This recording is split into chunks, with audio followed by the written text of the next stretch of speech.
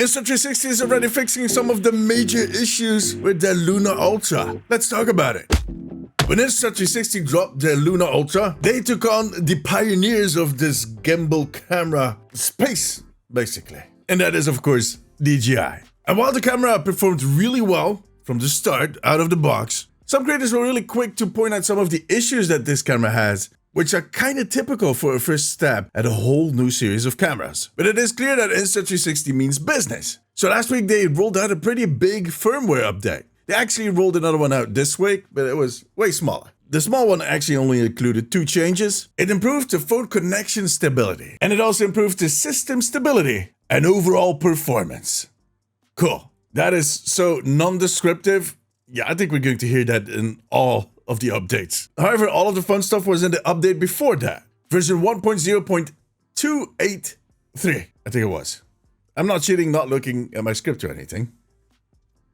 And yeah, that one also came with improved system stability and overall performance. Go figure. But what really mattered is, number 1, they added color preview when filming in iLog. If you watch iLog footage, it's going to look very washed out. Really flat, and that is the nature of that format. That's the idea. However, now if you're filming in iLog, you're going to see the natural colors, so you get color restoration. It almost will look like after you used your conversion lot to a Rec 709. And that should help you to get more accurate framing, which okay, but it's definitely going to help with the exposure. And on top of that, anything that you're going to be filming is going to look a lot less. And it gets even better, they also fixed some known issues affecting the iLog mode during standard video recording. That's what it says. But apparently there was an issue when you're using auto ISO and you're filming in iLog. It would just give you bad quality footage. But personally, I don't use iLog. I probably should, but I don't. I just don't get the results I want. And most likely that is because I use auto ISO, so that was because of the issue that they fixed. And I can tell you that the lack of color correction on the screen was definitely an issue for me. So I might have to give iLog another try. Yeah. They also added support for using that POV tracker, so basically the earbuds and that thing around your neck, while the camera is attached upside down. Now you might ask yourself, why the hell would you want to do that? Well, let me tell you. Basically the idea between the head tracker is that the camera will follow the movement of your head. You'll basically see little Wally here just follow you around with your head. I don't have one. I don't see the use, but that's how it works. Now, the problem was if you started looking down, you would actually be looking down on the screen, which is not handy. That gets in the way. So now if you mount it up and you look down, you're just going to see whatever is down there.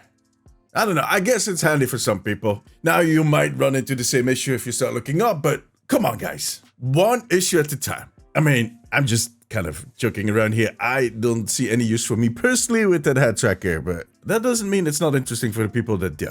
They also fine-tuned the zoom velocity and responsiveness, so you'll overshoot a little less when you are zooming, not unimportant. And they improved the transmission to the touchscreen. As I've shown you before, you can detach this thing and basically use the camera from the remote. Now, since this update, you're going to be able to move further away from your camera without losing connection. And the actual feed on the screen is also a whole lot better. So that is a double win. Although, how far do you need to be away from your camera? Come on. I would actually be very worried that someone would steal it while I'm just walking away.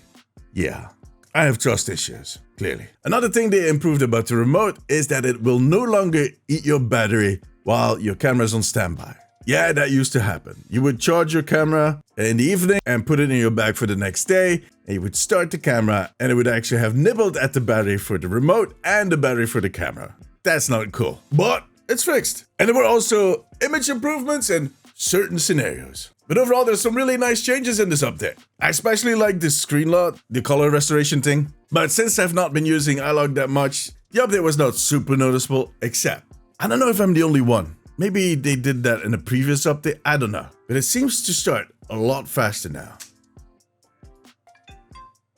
I'm ready. Before the update, I actually saw the Insta360 logo on there, and then it would kick off. And that sucks, because if you're vlogging, sometimes you just need to pull up the camera and start filming immediately. Now it just skips the logo and I'm filming immediately. I love that, but I can't find it anywhere in the update notes. Now, in case you want to do this update, it's pretty easy. You just pull up the Insta360 app, connect your camera, and you'll quickly be notified that there's going to be a firmware update. You can see the little dot next to the firmware tap it, it starts downloading, and 3 minutes later, it's all done. Personally, I'm very happy to see that Insta360 is so responsive when it comes to these smaller, starter issues, and that it committed to make the camera the best it can be through these firmware updates. And that is going to be necessary if they want to keep up with DJI. Talking about DJI, they released the Pocket 4P globally today on July 30th, except of course in the US. I talked about this in the previous video I made last week. Go check it out. However, I've also not managed to get one for myself here in Europe. All of the shops seem to be out of stock or they haven't received anything yet, so yeah, I need to keep trying. I think it's time to send some LinkedIn messages. Bye.